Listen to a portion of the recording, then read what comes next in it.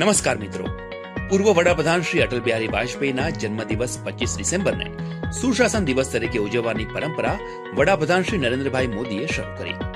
અટલ નેતૃત્વ, અવિરત વિકાસના મંત્ર સાથે ગાંધીનગરમાં મુખ્યમંત્રી શ્રી ભૂપેન્દ્રભાઈ પટેલ, નાયબ મુખ્યમંત્રી શ્રી હર્ષ સંઘવી તથા વરિષ્ઠ મંત્રીશ્રીઓની ઉપસ્થિતિમાં ઉજવાયેલા સુશાસન દિવસની ઉજવણી આ અંકમાં વાંચવા મળશે.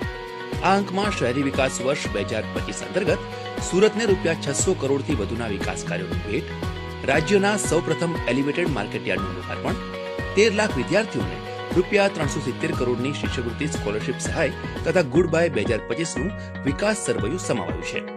આ ઉપરાંત અમદાવાદને મળેલ પ્રથમ સ્વદેશી મેક ઇન ઇન્ડિયા મેટ્રો ટ્રેનની ભેટ, કાંકરિયા કાર્નિવલનો શુભારંભ અને પ્રજાહિતલક્ષી નિર્ણયો જાણવા માહિતી ખાતાની સત્તાવાર વેબસાઇટને જરૂરથી જોશો. જય જય ગરવી ગુજરાત.